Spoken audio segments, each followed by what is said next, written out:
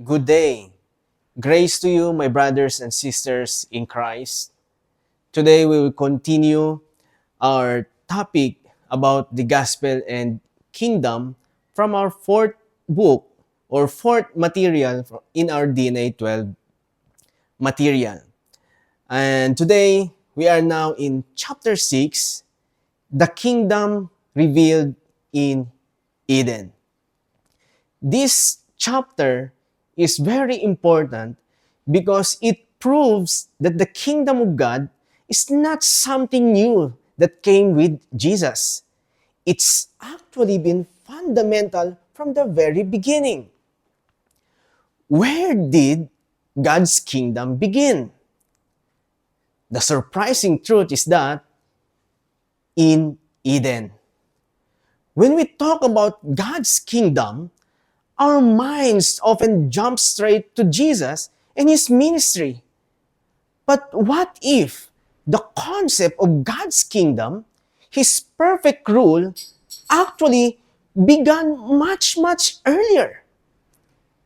This chapter takes us all the way back to the very beginning, to Eden, revealing that the kingdom of God was revealed from there, from the start. Let's recall the kingdom definition. First, let's remember the definition of the kingdom of God. It's God's people in God's place under God's rule and blessing. This is not just a future hope. It's a pattern God has always intended for creation. And incredibly, every single one of these elements was perfectly present in the Garden of Eden. In the Garden of Eden, we see God's people in God's place under God's rule and blessing. First, let's look at God's people. In Eden, we can see God's people. Adam and Eve were created in God's own image. In Genesis chapter 1, verse 26 and 27. They were humanity in perfect communion with their Creator. They were designed to be in relationship with Him and reflect His glory. They were His chosen representative on earth. Now, in God's place, Eden, the kingdom of God, is God's people. Now, in God's place, so in Eden, the Garden of Eden was not just any garden. It was a special, a sacred space with creation. It functioned as a proto-temple. It's a holy sanctuary where God walked and fellowship directly with His people. It was the ideal environment, chosen and sanctified by God Himself, for His presence to dwell among humanity. So Eden, we can see Eden is not just a nice place. It was a physical manifestation of God's perfect dwelling with His people. Now, under the third definition of the kingdom of God, the God's rule. In Eden, we can see the God's rule. When God created Adam, He immediately put him in charge. In Genesis, God gave Adam a clear jobs, duties. We can see that in Genesis chapter 1, verse 28, chapter 2, verse 16 to 17.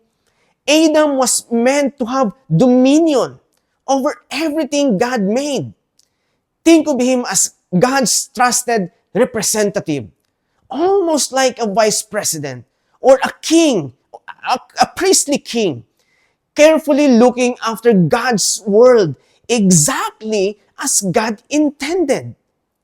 This was God's direct, loving, and perfect way of ruling, expressed right through people.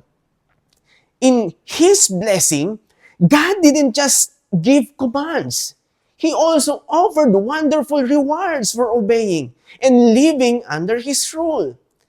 These include life, the joy of having families, a close relationship with Him, and a world that was absolutely perfect and flourishing. It was a beautiful, peaceful existence, all because God was their kind and good King. So you can see God in Eden, we can see His kingdom.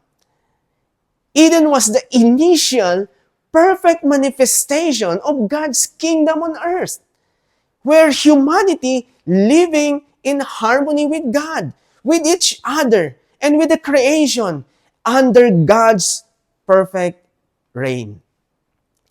But then came the fall. In Genesis chapter 3, we can see that humanity rebelled against God's rule. Sin entered, and the perfect kingdom was shattered.